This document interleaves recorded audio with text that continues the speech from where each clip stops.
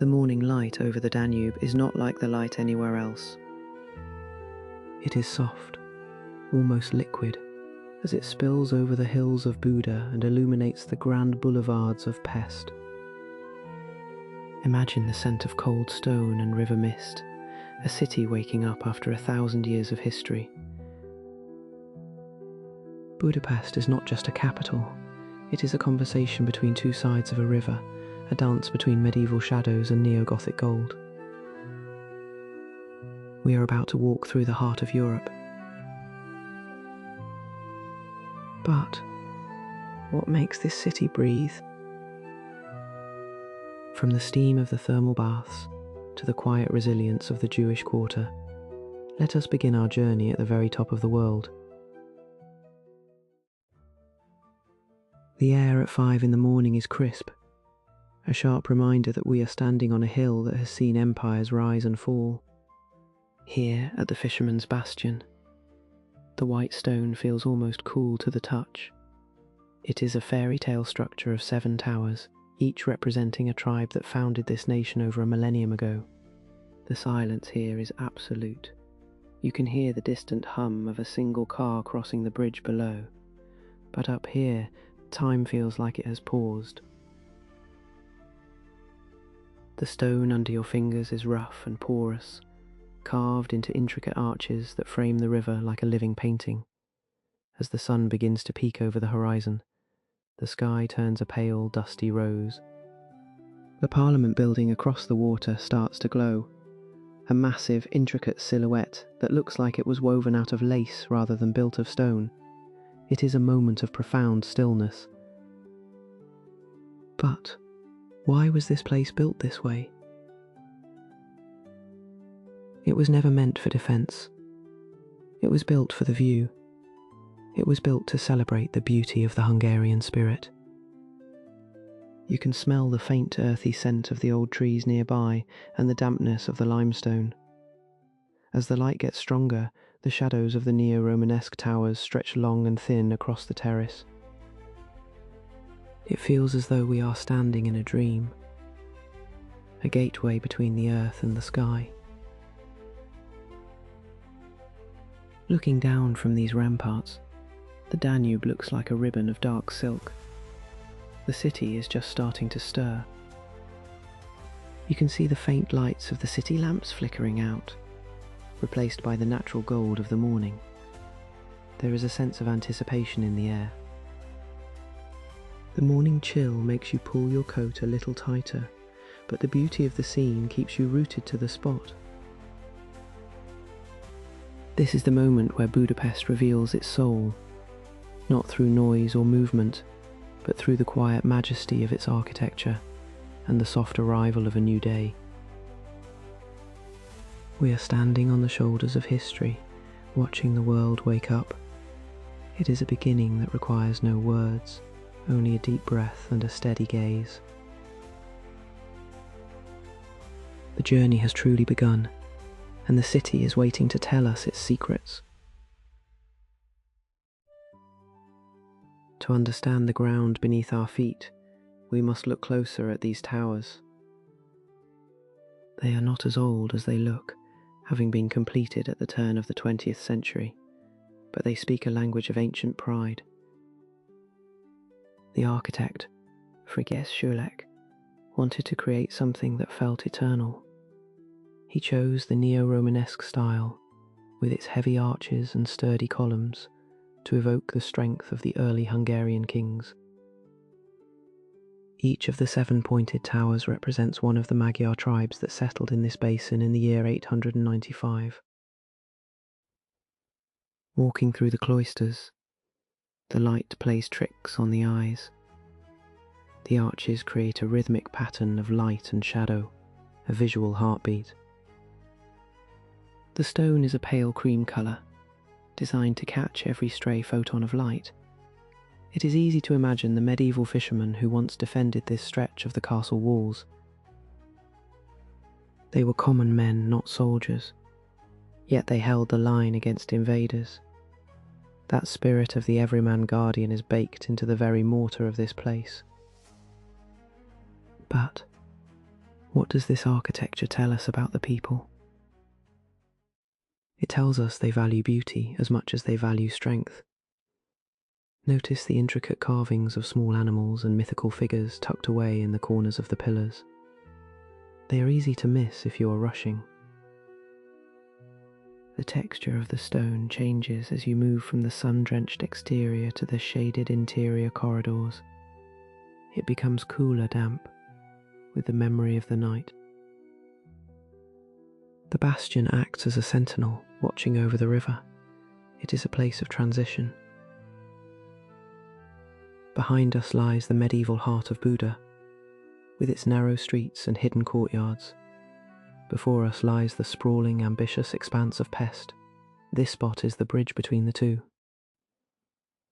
The design encourages you to linger, to lean against the parapet and simply watch.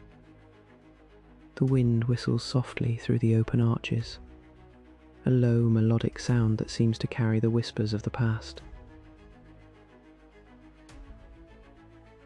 As we move away from the edge, the church behind us begins to dominate the skyline. Its roof is a riot of colour, a stark contrast to the monochrome elegance of the Bastion. We are moving from the defensive stone of the towers to the spiritual heart of the hill.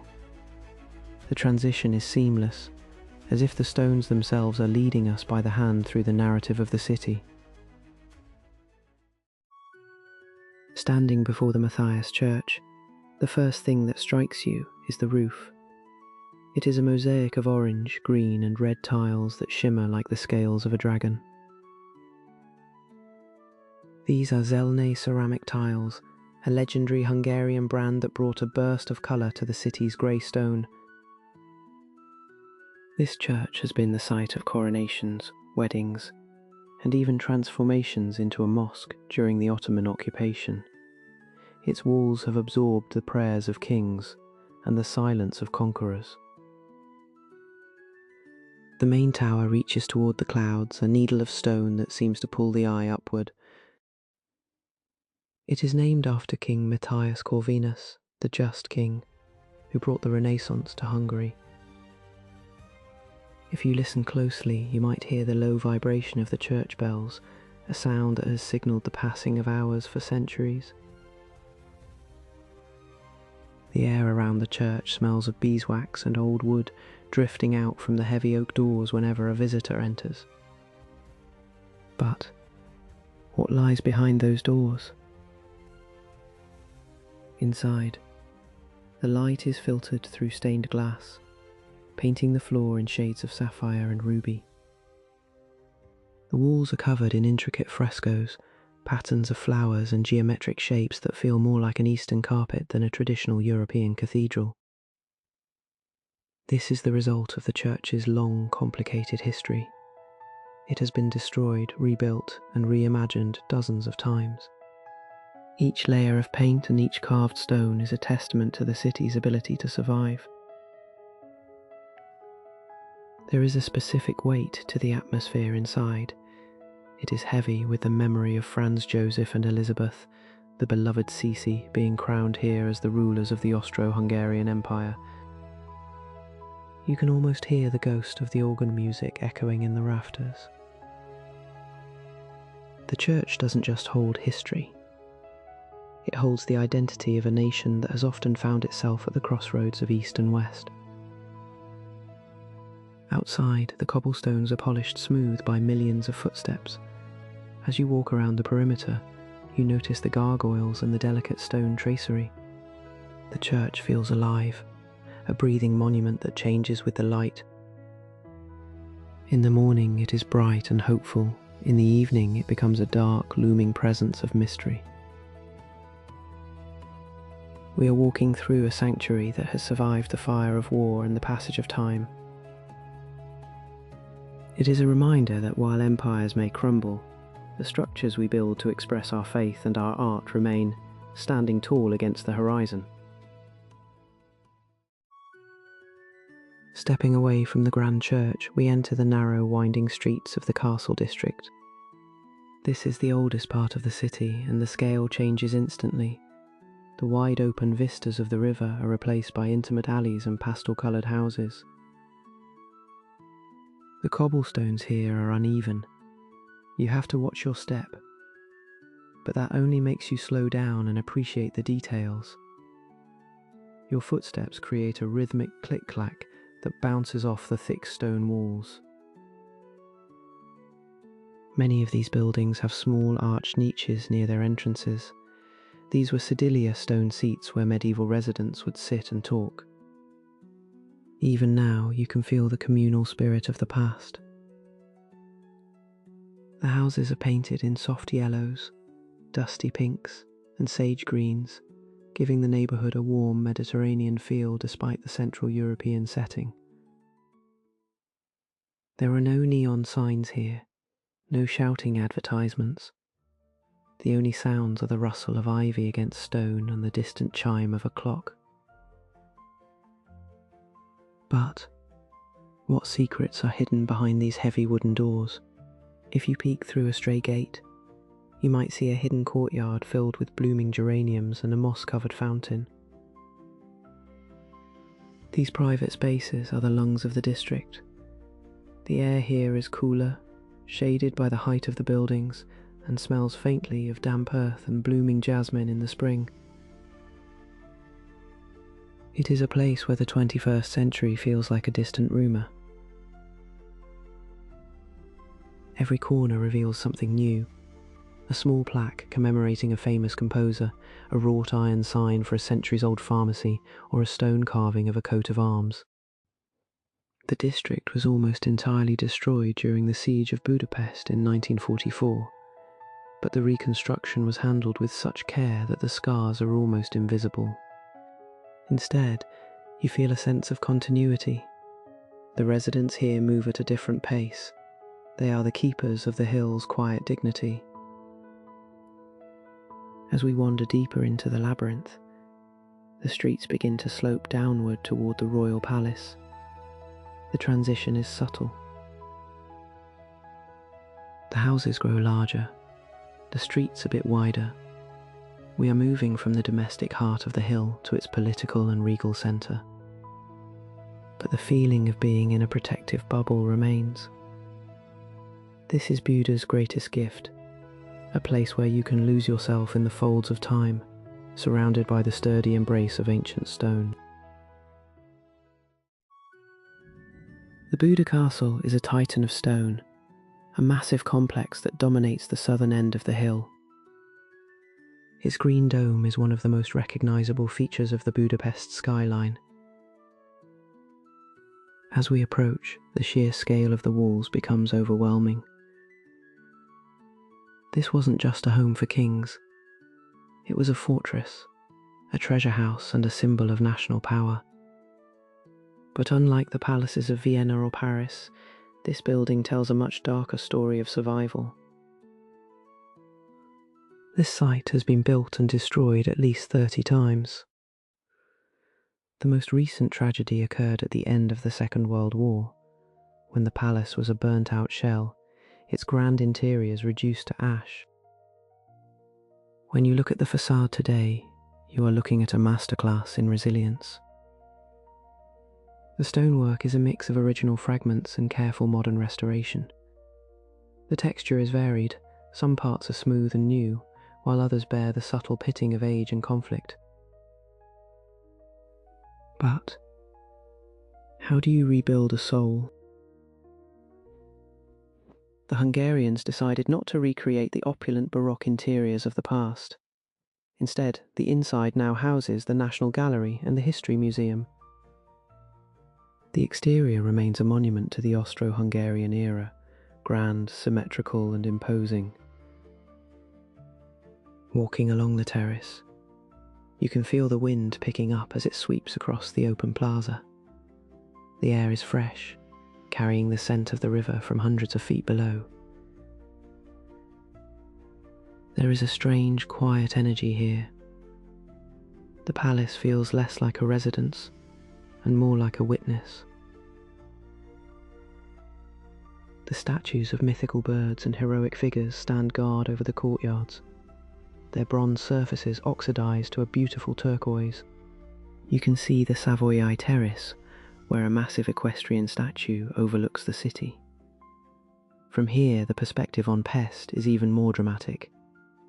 You can see the bridges stretching across the water like stitches holding the two halves of the city together. As we walk toward the edge of the castle walls, we look down at the steep gardens that lead to the river. The palace sits on a bedrock of caves and tunnels, a literal underground world that mirrors the complexity of the history above. It is a place of layers. To walk here is to walk on top of centuries of drama. The palace doesn't just sit on the hill, it is part of the hill. And as the sun continues to rise, the stone begins to warm, reflecting a golden light that seems to promise that this time the walls will stay standing. To descend from the castle, we take a step back in time. The Budavari Cyclo, the historic funicular, has been carrying passengers up and down this steep incline since 1870. It is a marvel of Victorian engineering, two small wooden carriages that look like vintage jewellery boxes. As the doors slide shut with a solid metallic thud, you feel the gears engage. There is a low, rhythmic hum, a mechanical vibration that travels through the floorboards and into your feet. The journey only takes a couple of minutes, but the perspective changes every second. As the carriage slides down the track, the royal palace rises above you, and the chain bridge expands below. The wood inside the carriage is polished to a high sheen, smelling of linseed oil and old brass. The windows are large, offering an unobstructed view of the river's curve. It is a slow, methodical movement, a stark contrast to the speed of modern life. But why does this little train feel so vital? It is one of the oldest funiculars of its kind in the world, a UNESCO World Heritage Site that survived the wars that levelled the rest of the hill. It represents a time when progress was measured in steam and iron. As you pass the sister carriage halfway through the journey, there is a brief moment of connection, a wave to the passengers going up as you descend. The sound of the cables pulling and the pulleys turning is like the heartbeat of the hill. When the carriage finally comes to a gentle stop at the bottom, the air feels different. It is thicker, more humid, and filled with the sounds of the city. We have left the quiet, elevated world of the kings and entered the bustling world of the people. The Clark Adam Square greets us with a 0-kilometre stone, the point from which all distances in Hungary are measured. Looking back up at the hill we just left, the funicular tracks look like two silver lines etched into the greenery. It is a reminder that Budapest is a city of levels, of layers, and of different speeds. We have transitioned from the medieval and the regal to the industrial and the connected. The Danube is now just a few steps away, its grey-green waters flowing toward the Black Sea. The bridge is waiting, and with it, the crossing into Pest. The chain bridge is more than just iron and stone. It is the physical manifestation of a dream. Before this bridge was built in 1849, Buda and Pest were two separate cities, often cut off from each other by the ice of winter. It was Count István Székely who pushed for its construction after he missed his father's funeral because the river was impassable. Walking across it today, you can feel the weight of that ambition. The massive iron chains, which give the bridge its name, sag with a graceful, heavy industrial beauty. At each entrance stand the famous stone lions. They are massive, stoic guardians that have watched over the city for nearly 2 centuries. Legend says the sculptor was so proud of them that he challenged anyone to find a fault, only for a child to point out that the lions have no tongues. The sculptor was supposedly so distraught he threw himself into the river. In reality, the tongues are there. They are just hidden deep in the mouth, visible only from above. The lions look out toward the city with a sense of weary protection. The walk across the bridge is a sensory experience. You feel the vibration of the cars as they rumble over the wooden and steel deck. The wind off the Danube is stronger here, whipping through the cables with a low whistling sound. The air smells of river water and asphalt. Below you, the river is a churning mass of energy, carrying tall boats and barges. The bridge arches slightly in the middle, giving you a sense of being suspended between two worlds. But what happens when we reach the middle? That is the exact point where you are neither in Buda nor in Pest. You are in the heart of the Danube. Looking north, you see the Parliament building in all its glory. Looking south, the bridges of Elizabeth and Liberty. The ironwork is painted a dark, dignified green, and the rivets are like giant metal stitches. It is a masterpiece of the Industrial Revolution. As we reach the Pest side, the stone pillars of the bridge loom over us like the gates of a temple. We have left the hills behind. The terrain here is flat, the streets are wider, and the energy is faster. The bridge has done its job. It has unified the city. The lions at the Pest end mirror their brothers on the Buda side, completing the circuit of history. We step off the stone and onto the pavement of Pest, ready to explore the grand boulevards and the shadows of the 20th century. The Danube is the second longest river in Europe, but in Budapest it feels like the main character of the story. It is not actually blue usually, it is a deep swirling olive green or a reflective silver, but it is always moving. Standing on the embankment in Pest, you can feel the immense power of the water. It flows at a steady, relentless pace, carrying with it the meltwater from the Alps and the stories of 10 different countries.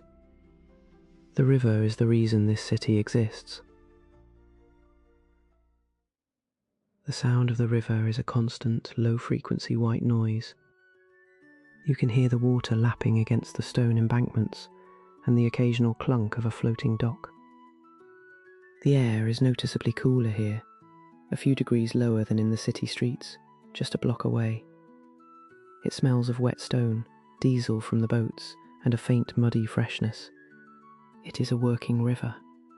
Barges filled with grain or coal slide past silently, and the long, sleek river cruise ships look like floating hotels. But what lies beneath the surface? The Danube has been a border, a highway, and a graveyard. It has seen the Roman fleet, Ottoman galleys, and the retreat of the Third Reich. It is a river of memories. In the summer, the water sparkles with millions of tiny diamonds of light. In the winter, the fog can become so thick that the Buda hills disappear entirely, leaving only the sound of the water in the darkness. Walking along the promenade, you see people sitting on the iron railings dangling their feet toward the water. There is a sense of peace here that the busy city streets lack. The river provides a sense of perspective. No matter how much the city changes, no matter what regime is in power, the river continues its journey toward the sea. It is the one constant in a city defined by upheaval. As we look across to the Buda side, the reflection of the royal palace wobbles in the wake of a passing ferry. The water breaks the grand architecture into 1,000 shimmering fragments. This is the sensory anchor of Budapest, the feeling of being near a vast ancient force that connects the local to the continental. We continue our walk north, following the curve of the bank, toward a place where the river's history becomes much more personal and much more somber.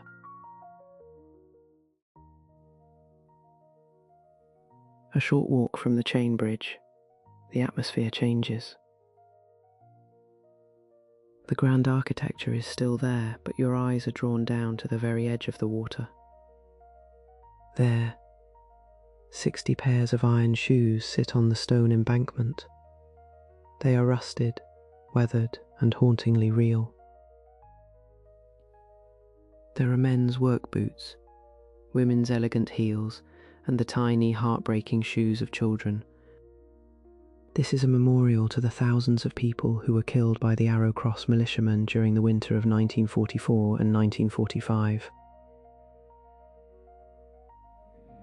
The victims were ordered to take off their shoes, which were valuable at the time, before they were shot and fell into the freezing river. The memorial is powerful because of its simplicity. There are no grand statues, just the absence of the people who once wore these shoes. You will often see candles burning inside the iron boots, or fresh flowers tucked into the laces. The sound of the river lapping against the stone just inches away becomes a sombre accompaniment to the silence of the visitors. But how do we process such a sight in the middle of a beautiful walk? The texture of the iron is rough and cold. It is a tactile reminder of a time when the city was a place of terror. The shoes are placed haphazardly, as if their owners had just stepped out of them. Some are tipped over, others are neatly paired. It forces you to imagine the individuals, the shoemaker, the teacher, the child, who stood exactly where you are standing now, looking at the same Buda hills before their lives were cut short. The wind here feels sharper. The contrast between the beauty of the Parliament building, just a few hundred yards away, and the brutality represented by these shoes is the central paradox of Budapest.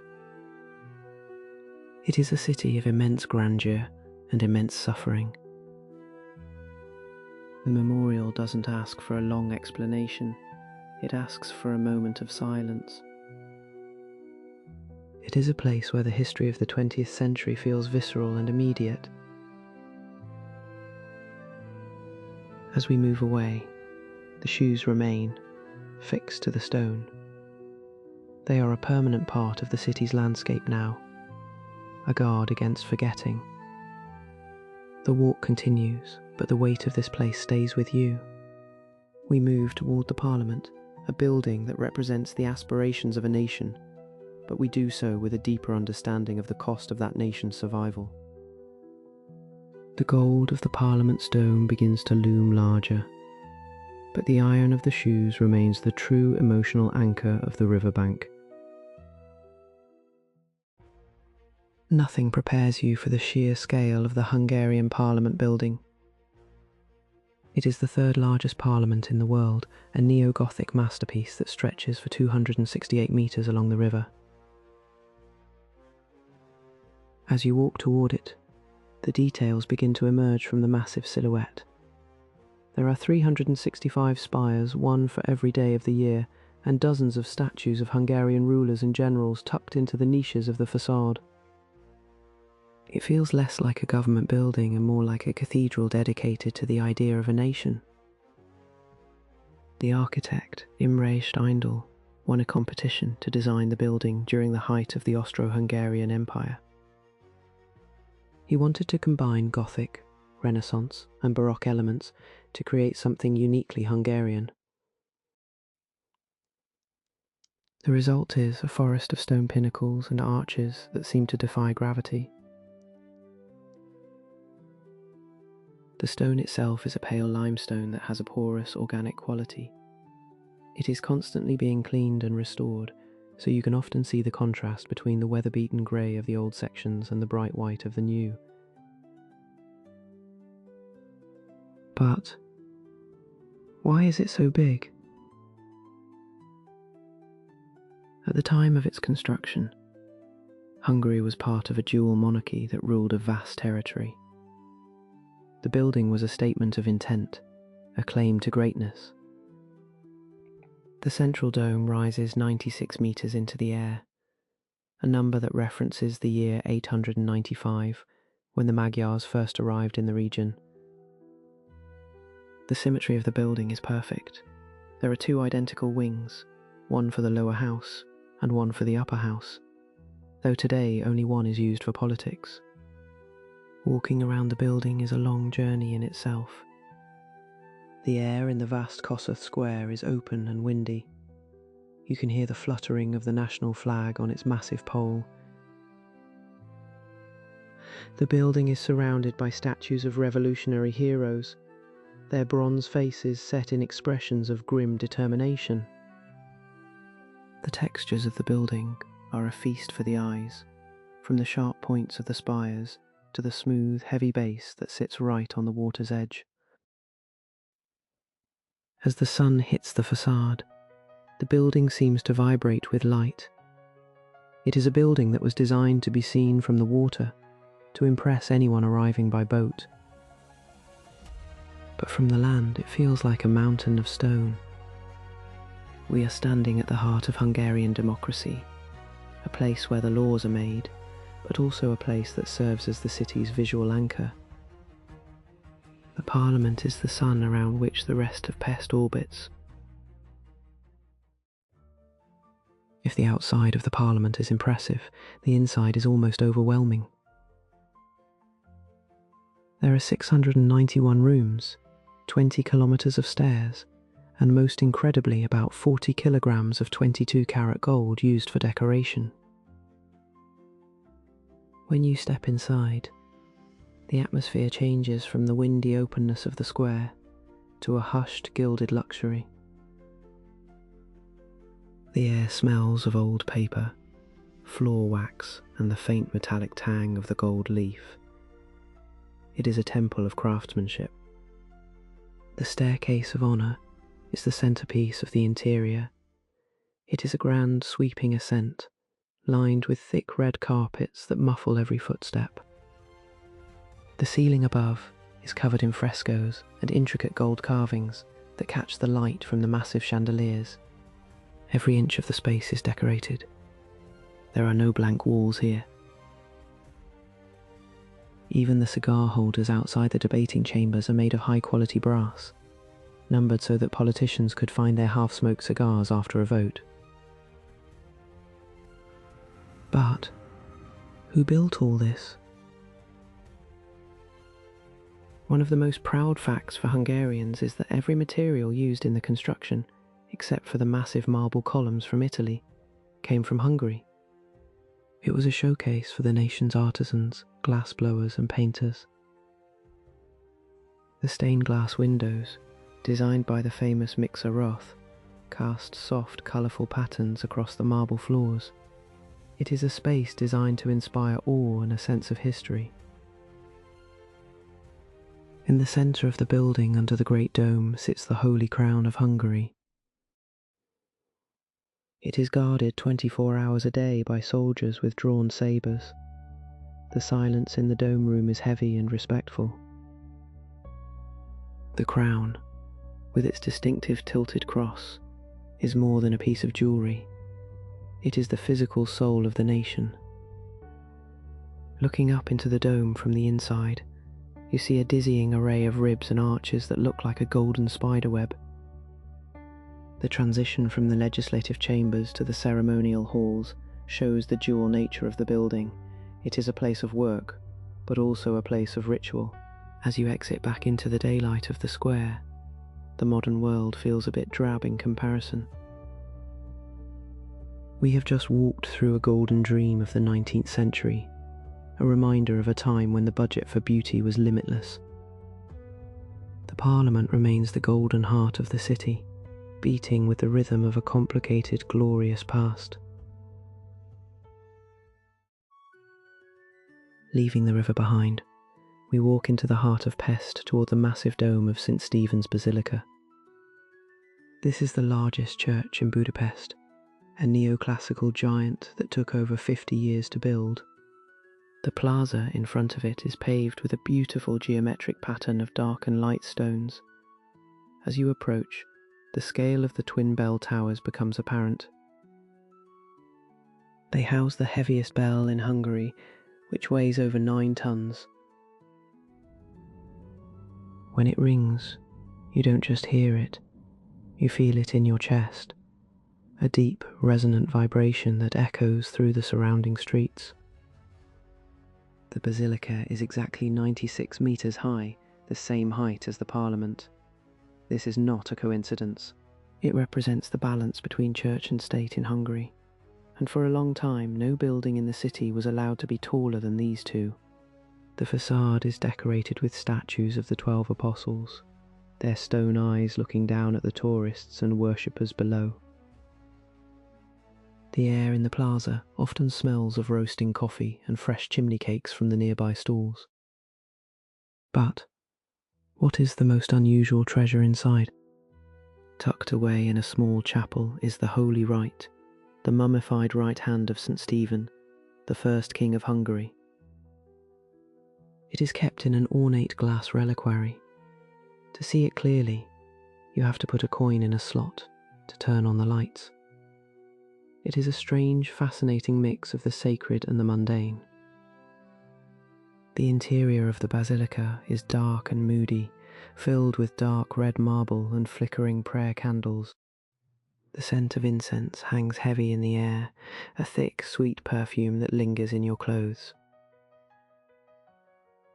Walking up to the observation deck around the dome involves a climb of 364 steps, or a quick elevator ride. From the top, the view of Pest is unparalleled.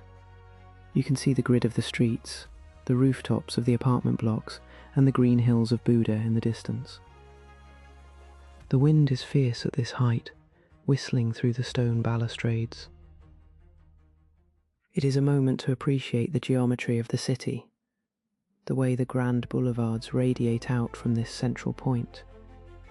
As we descend back to the plaza, the sound of the city returns, the chatter of people, the clink of cutlery from the outdoor cafes, and the occasional street musician.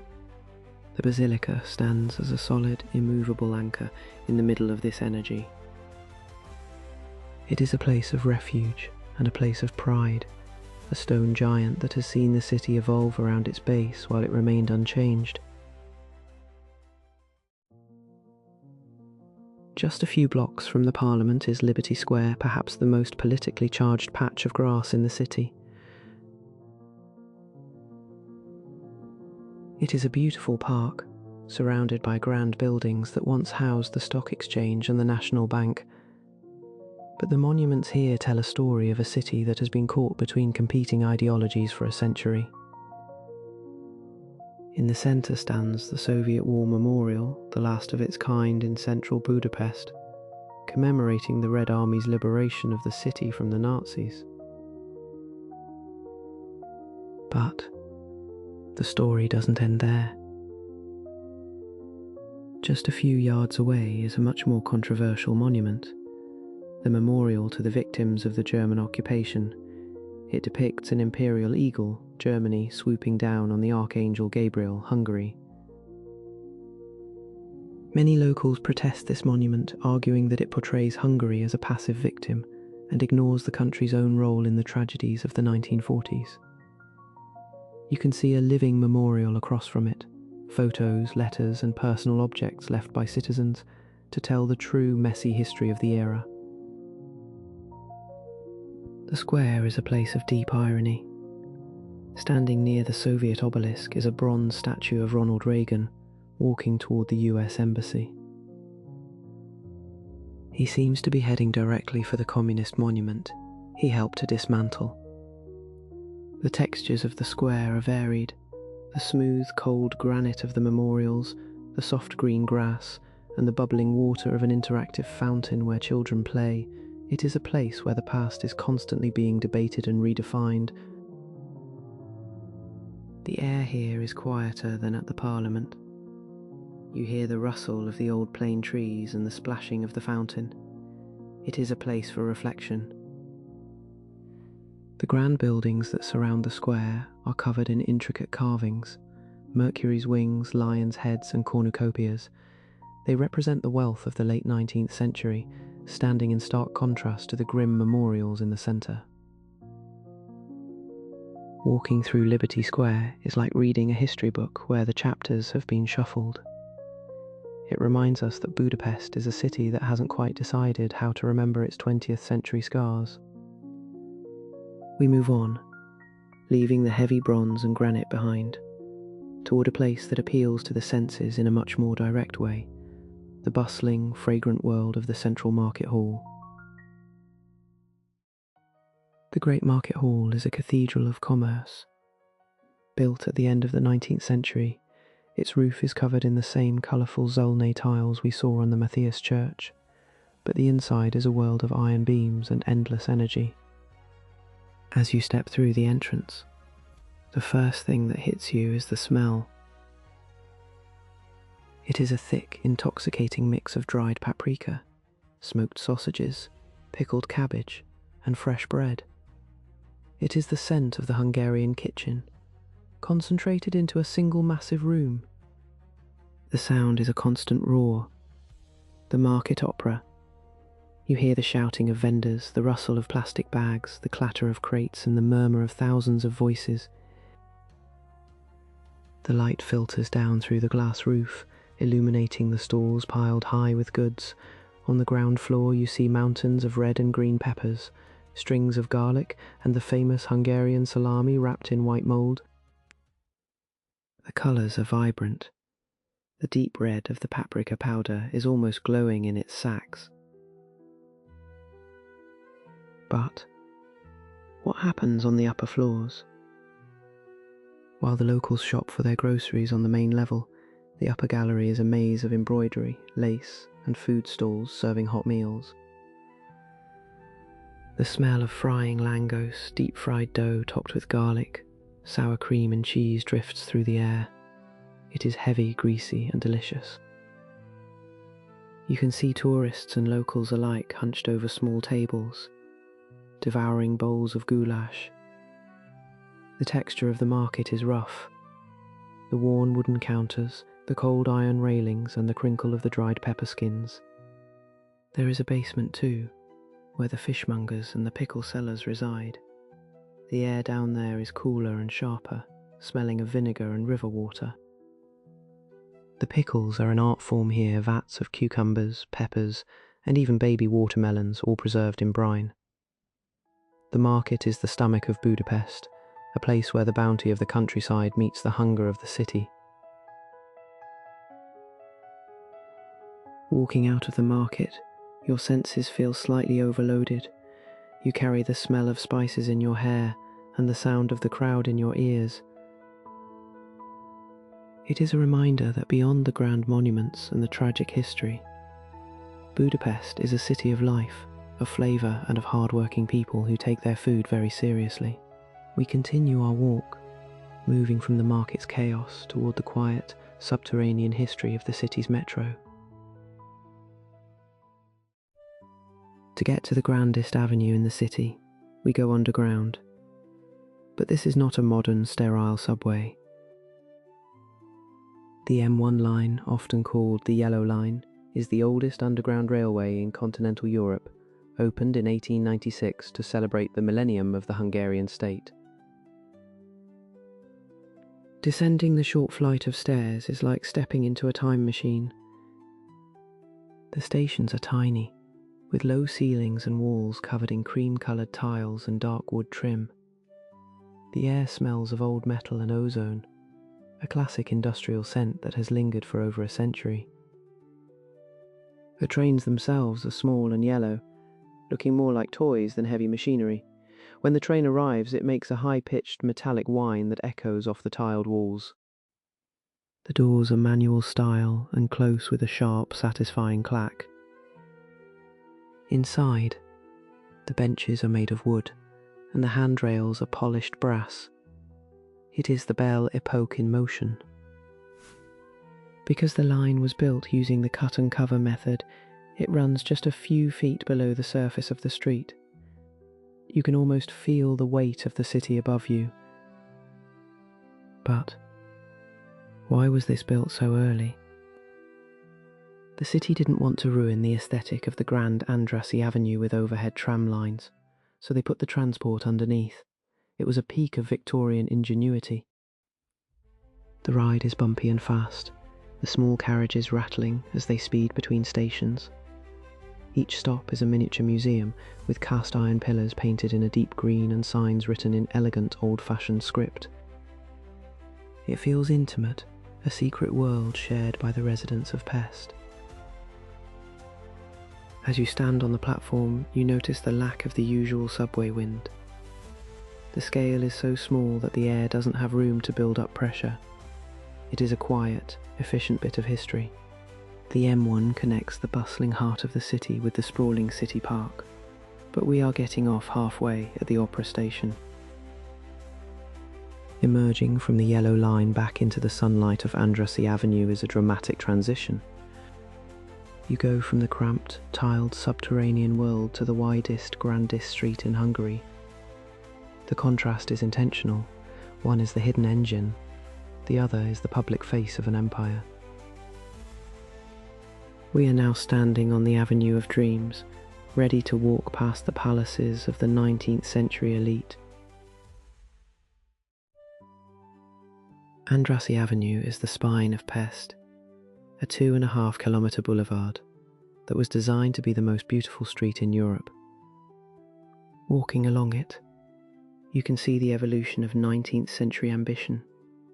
Near the centre, the buildings are grand neo-Renaissance apartment blocks with shops and cafes on the ground floor. As you walk further out, they transform into detached villas and mansions, many of which now serve as embassies. The avenue is lined with double rows of plane trees, their leaves creating a flickering canopy of light and shadow on the pavement. The texture of the avenue is one of refined stone and wrought iron. Every balcony is an artwork. Every doorway is framed by carved stone figures, caryatids and atlantes, holding up the weight of the balconies. The air here feels more expensive. You hear the hum of high-end cars and the soft murmur of conversations from the upscale boutiques. It is the Champs-Élysées of the East, but with a distinctly Central European flavour.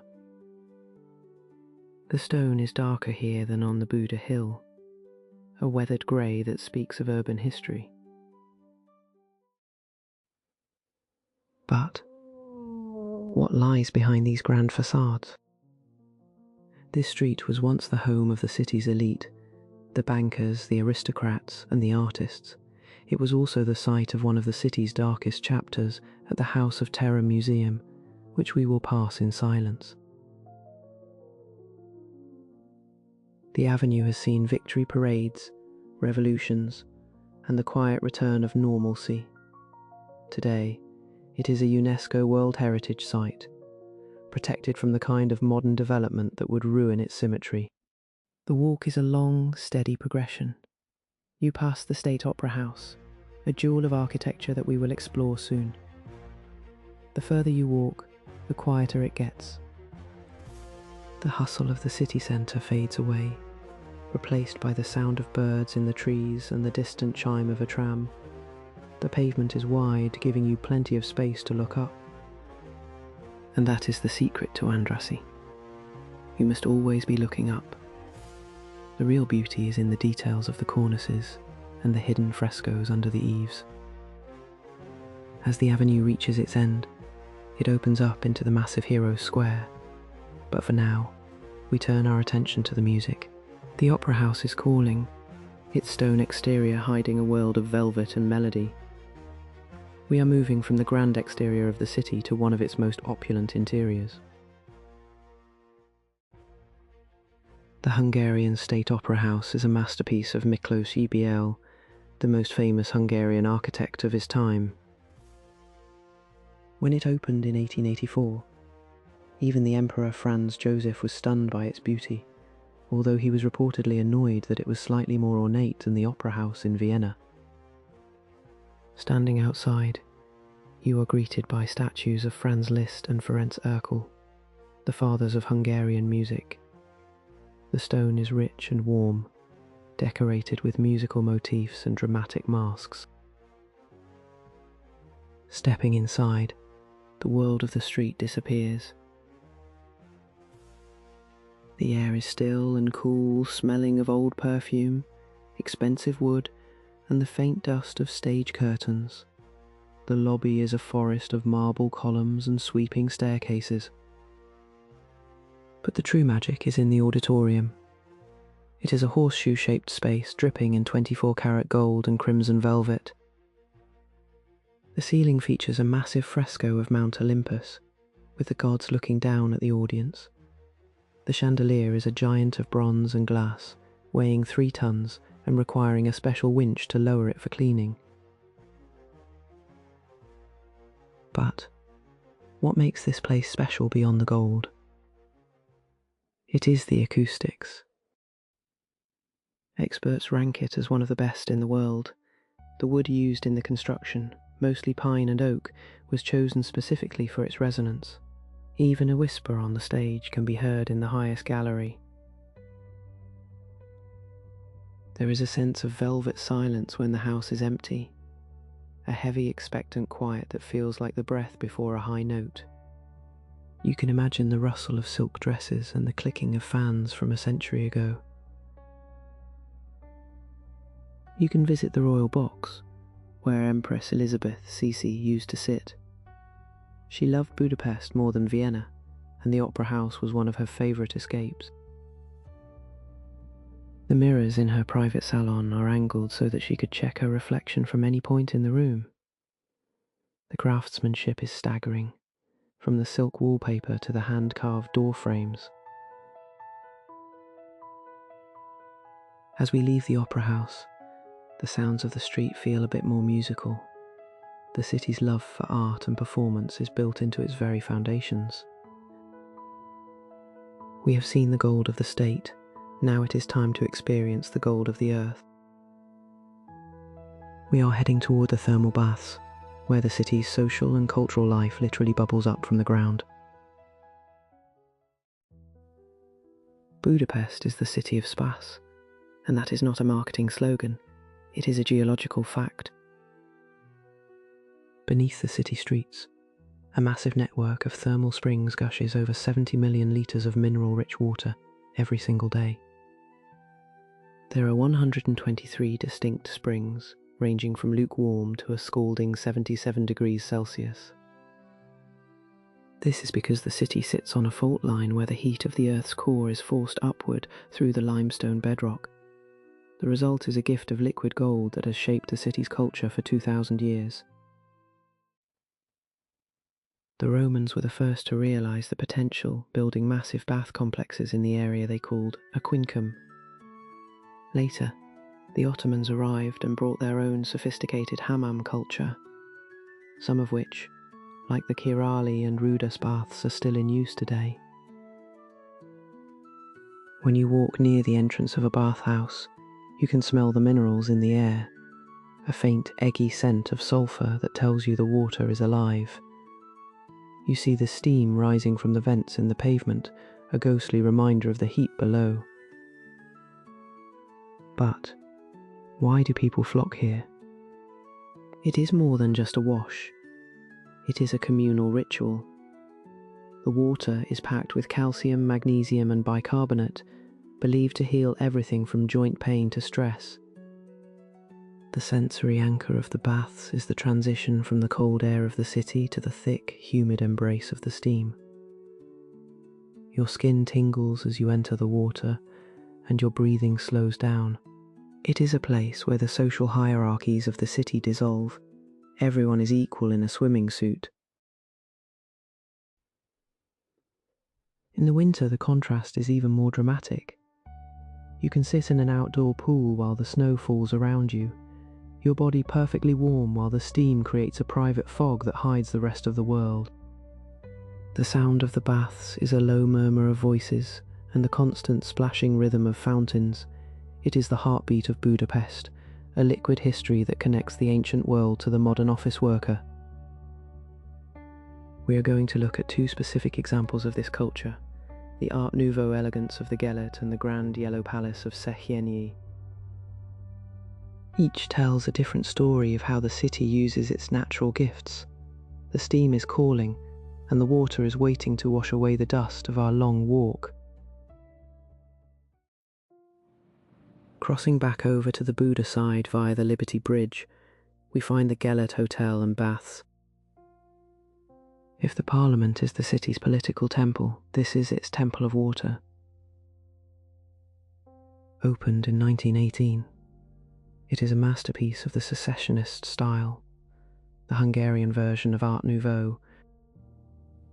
Walking into the main hall is like entering a turquoise cathedral. The walls are covered in millions of tiny Zedsolnay mosaic tiles in shades of blue, green and gold. The light filters down through a massive stained glass roof, reflecting off the water in a way that makes the whole room shimmer. The texture of the Gellert is one of smooth ceramic and polished marble. Everywhere you look there are organic shapes, curving railings, flower motifs and statues of water nymphs. The air is thick and warm, smelling of eucalyptus and minerals. The sound is muffled, the acoustics of the hall turning every splash into a soft, echoing chime. It is an incredibly peaceful space, designed to soothe the eyes as much as the body. It feels like stepping into a painting from the early 20th century. But what lies in the smaller chambers? Off the main pool are the thermal rooms, where the water is hotter and the decorations even more intense. Each room has a different colour scheme, deep reds, earthy browns or vibrant yellows.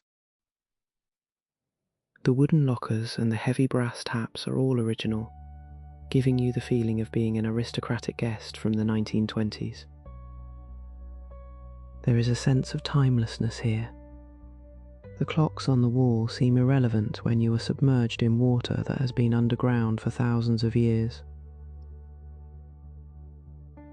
Outside, the world-famous wave pool still operates, using technology that was revolutionary when it was installed nearly a century ago. The contrast between the silent, mosaic-filled interior and the splashing, sun-drenched exterior is a hallmark of the Gellert experience. It is a place of refined beauty, where the architecture serves as a frame for the act of relaxation. As we leave the blue halls of the Gellert, the humidity stays with us for a while, a soft weight on our skin. We are heading back to Pest now, to a very different kind of bath, one that is larger, louder, and more iconic.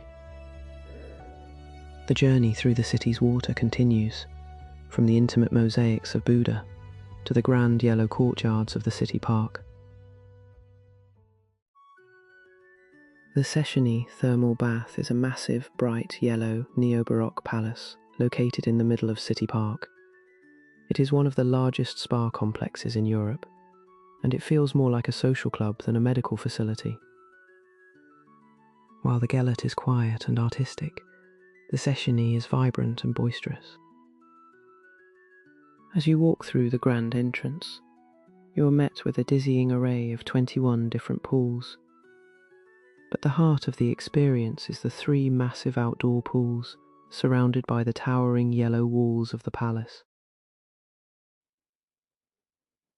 The sensory anchor here is the sight of the steam rising in huge swirling clouds against the cold air.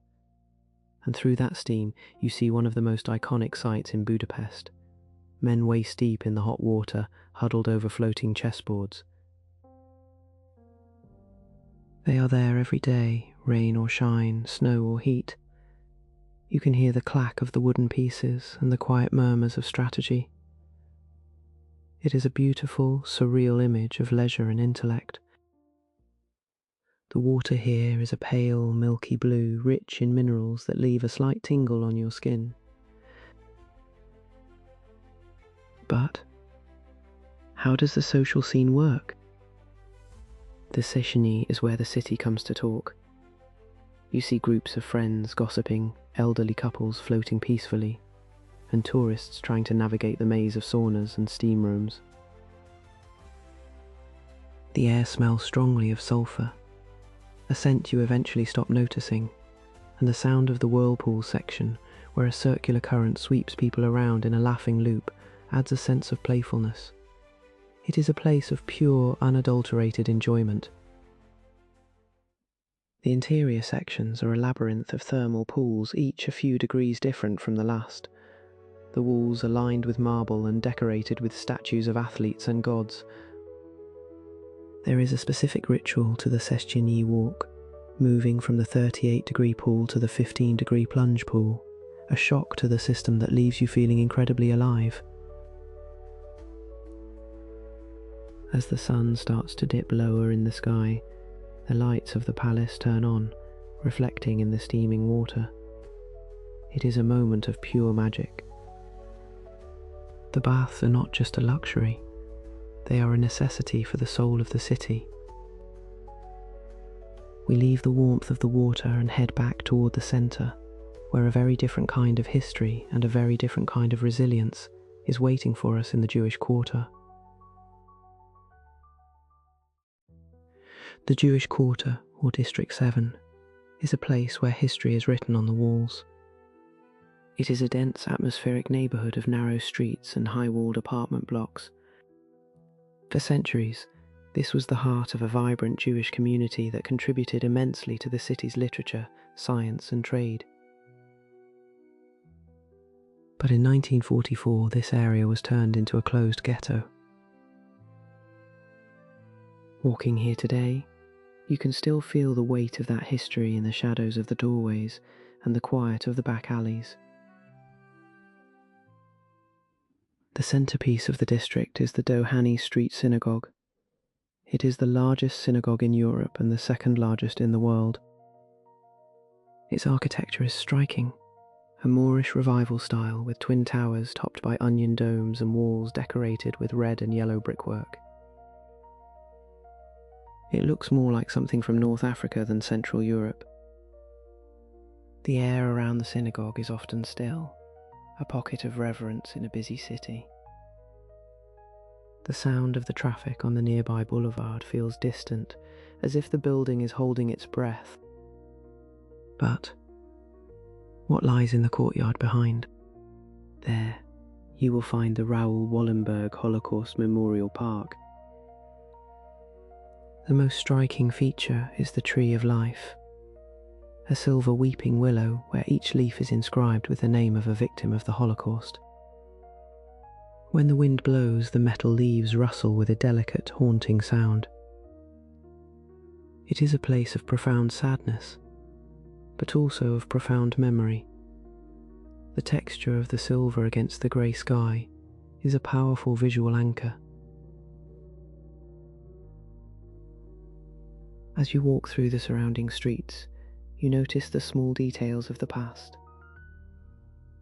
There are Stolperstein stumbling stones, small brass plaques in the pavement that mark the last known homes of people who were taken away. The district is a living memorial. Many of the buildings still have the scars of the 1944 siege bullet holes and chipped stone that have been left as a reminder. The air smells of rain on old brick and the faint scent of kosher bakeries that are slowly returning to the area. This neighbourhood has a unique energy. It is a place that has seen the worst of humanity, yet it has survived. It is not a museum. It is a working, breathing part of the city. We are moving from the tragedy of the past toward the creative, resilient energy of the present. The Jewish Quarter is about to show us how a city can take its ruins and turn them into something completely new. The ruin bars are just around the corner, waiting to tell the next chapter of the story. In the early 2000s, the Jewish Quarter was full of crumbling, abandoned buildings, remnants of the war and the neglect of the communist era. But instead of tearing them down, a group of young people had a different idea. They moved into these ruins, filled them with mismatched furniture and local art, and created the Ruin Bar or Rom Koksma. The first and most famous is Simpler Kurt. Walking inside is like stepping into a fever dream. It is a massive multi-story courtyard filled with old cars turned into tables, bicycle wheels hanging from the ceiling and flickering neon signs. The sensory anchor of a ruin bar is the aesthetic of chaos. The walls are covered in layers of graffiti, peeling paint and vintage posters. The air smells of hops, old wood and wood-fired pizza. You hear a mix of indie music, the hum of hundreds of conversations, and the occasional clink of a glass. It is a space that feels organic and unplanned. There is no design in the traditional sense. It is a collection of memories and found objects. It is the ultimate expression of the city's DIY spirit. But why did this become a global phenomenon? It's because these bars saved the neighborhood. By bringing in life and business, they prevented these historic buildings from being demolished. They created a space where people from all over the world could meet in a setting that was neither posh nor polished. The texture of a ruined bar is rough, rusty iron, cold brick, and worn velvet. It is a place where you are encouraged to look closely at every corner, because there is always a small detail, a plastic doll, a vintage radio, a strange painting waiting to be discovered. During the day, Simplocert even hosts a farmer's market, where the smell of fresh cheese and honey replaces the scent of beer. It shows the versatility of the space. The ruined bars are a metaphor for Budapest itself, a city that has been broken many times, but always finds a way to put the pieces back together in a beautiful, unexpected way. As we leave the chaotic energy of Simpla, we walk back out into the narrow streets. The contrast between the sombre history of the synagogue and the vibrant life of the ruin bars is what gives the Jewish quarter its heart. It is a place of resilience, where the past and the present live side by side.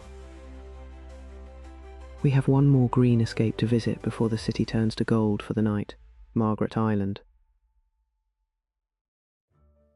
In the middle of the Danube, between the two bridges of Margaret and Arpad, lies a 2.5-kilometre sanctuary of green. Margaret Island is the city's lung, a car-free paradise where the sounds of the traffic are replaced by the rustle of leaves and the song of birds. Walking onto the island, you feel the temperature drop slightly, cooled by the surrounding water and the shade of the ancient plane trees. The air is fresh and smells of mown grass and river mist. The most popular spot on the island is the musical fountain. Every hour the water jets dance to a playlist that ranges from classical Vivaldi to modern pop. The sensory anchor is the sight of the water catching the light, synchronized perfectly with the music, while families and couples sit on the grass nearby. It is a moment of pure, simple joy. The sound of the water splashing back into the basin is a rhythmic, soothing backdrop to the island's peace. But what lies deeper in the woods? Walking north, you find the ruins of a 13th century Dominican convent. This is where Princess Margaret, the daughter of King Bela IV, lived her life in religious seclusion. The stone walls are now mostly knee-high, overgrown with moss and wildflowers. It is a quiet, contemplative place. You can feel the age of the island here, a sense of history that predates the grand boulevards of Pest. The texture of the old stone is soft and crumbly, slowly returning to the earth. The island is also home to a Japanese garden, a rose garden and several thermal swimming pools. You see people jogging on the rubberized track that circles the entire island. Their footsteps a soft, rhythmic thud. It is a place of movement and rest. As you walk along the shore, you see the rowers on the river, their oars dipping into the water with a synchronized swish. Margaret Island is the balance that Budapest needs. It is the place where the city goes to breathe and to forget the pressures of history for a while. As the afternoon light begins to soften, The shadows of the trees stretch across the lawns. We are nearing the end of our journey, but the most dramatic transformation of the city is about to happen. The sun is setting, and the golden hour is about to begin. We head back to the embankment for the final illuminated act. There is a specific window of time in Budapest, about 20 minutes long, when the sky turns a deep velvety indigo and the city lights haven't quite reached their full power. This is the blue hour. Standing on the Pest embankment, you watch the sun disappear behind the Buda hills. The silhouette of the royal palace and the Matthias church becomes sharp and dark against the orange and purple sky. The river reflects these colours, turning into a shimmering tapestry of bruised silk. The air begins to cool rapidly, and the sounds of the city change. The daytime bustle of shoppers and commuters is replaced by the more relaxed energy of people heading out for dinner. You hear the low rumble of the yellow trams, specifically Line 2, which runs right along the river and is often called one of the most beautiful tram rides in the world. The clack-clack of the tram on the tracks and the chime of its bell are the quintessential sounds of a Budapest evening. But what is that first flicker of light? One by one, the lamps on the chain bridge begin to glow. They are followed by the floodlights of the Parliament, which slowly warm up from a pale flicker to a deep, resonant gold. The transformation is mesmerizing. It's as if the city is putting on its jewelry for the night. The light doesn't just illuminate the buildings, it gives them a three-dimensional depth that they lack during the day. The Gothic arches and spires of the Parliament seem to float above the water. The smell of the evening is different too. The dampness of the river is more pronounced, mixed with the faint scent of wood smoke in the winter or linden blossoms in the summer. You feel a sense of anticipation. Everyone on the promenade slows down. Photographers set up their tripods, and couples lean against the stone railings. It is a shared moment of appreciation for the beauty of the built world. This is the moment where Budapest becomes truly the pearl of the Danube. The grit and the scars of the day are hidden in the shadows, and only the grandeur remains. We are about to start our final walk, a journey through a city made of light and gold. The darkness is here, but the city has never been brighter. Now the transformation is complete. Budapest at night is not like other cities. It is not a neon-lit metropolis, but a city bathed in a warm, consistent golden glow. Every major monument, the palace, the Bastion, the basilica, and all the bridges, is lit with a specific colour temperature that mimics the glow of an evening fire. Walking along the Danube promenade now is a sensory experience of pure wonder. The Parliament building is so bright it seems to radiate its own heat, its reflection in the water a long dancing column of gold. The chain bridge looks like a string of pearls draped across the river. The light catches the massive iron links and the fierce faces of the stone lions, making them look even more imposing in the shadows. The sound of the river is louder now, or perhaps it just feels louder in the dark. The water is a deep, impenetrable black, making the golden reflections even more vibrant. You feel a sense of immense scale, the height of the hills, the width of the river, and the ambition of the architects who built this stage. But what does this light represent? It is a statement of pride. After a century of darkness, through wars, occupations, and revolutions, the city chooses to end every day in a celebration of its own beauty. The light is a cloak that covers the bullet holes and the grey concrete of the past. As you walk, you see the tour boats gliding by, their own lights adding to the symphony. From the deck of a boat, the city looks like a revolving treasure box. The texture of the night walk is the cool iron of the railings, the smooth stone of the promenade, and the soft breeze that always follows the river's path. You feel a deep connection to the thousands of people who have walked this same path over the centuries, looking at the same hills, even if they didn't have the golden floodlights to guide them. It is a walk through a living history book, where the final chapter is always written in light.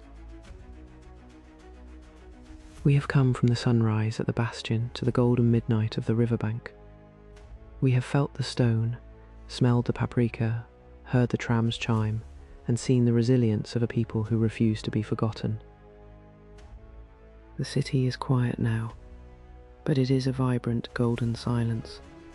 Our walk is coming to an end, but the story of Budapest continues, flowing like the Danube toward an infinite horizon. As we stand here looking back at the illuminated skyline, we realise that Budapest's beauty is not just about its architecture, it is about its survival. This is a city that has been conquered, divided, and nearly destroyed, yet it has always found its way back to grandeur. The steam of the baths still rises, the Zedzolny tiles still shimmer, and the Danube still flows, indifferent to the politics of the day. It is a city that understands that true beauty requires both light and shadow.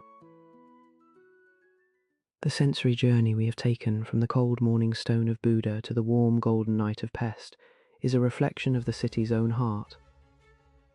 It is a place of contrasts, medieval and modern, tragic and triumphant, quiet and boisterous. To walk through Budapest is to experience the full spectrum of the human spirit. You leave with the scent of the river in your lungs and the glow of the Parliament in your memory. But what will you remember most? Perhaps it is the quiet click of a chess piece in the steam of the bath, or the rustle of the silver leaves in the Jewish quarter. These small moments are the real threads that hold the city together. Budapest doesn't just want to be looked at, it wants to be felt. It invites you to slow down, to breathe, and to see the gold in the ruins. As the night deepens, the city remains a beacon on the river, a testament to the fact that no matter how dark the history, the morning will always bring a new light. Our walk along the Danube has come to an end, but the magic of Budapest stays with you long after the lights fade. Thank you for wandering with us through the stone, the steam, and the gold of this incredible city. If you enjoyed this sensory journey, please subscribe to Daydreaming Travel Stories and hit the bell to join us on our next adventure. Before you go, I have a question for you. If you could spend a day anywhere in Budapest, would you prefer the quiet medieval streets of Buda or the vibrant energy of Pest? Let us know in the comments below. Until next time, keep dreaming and keep traveling.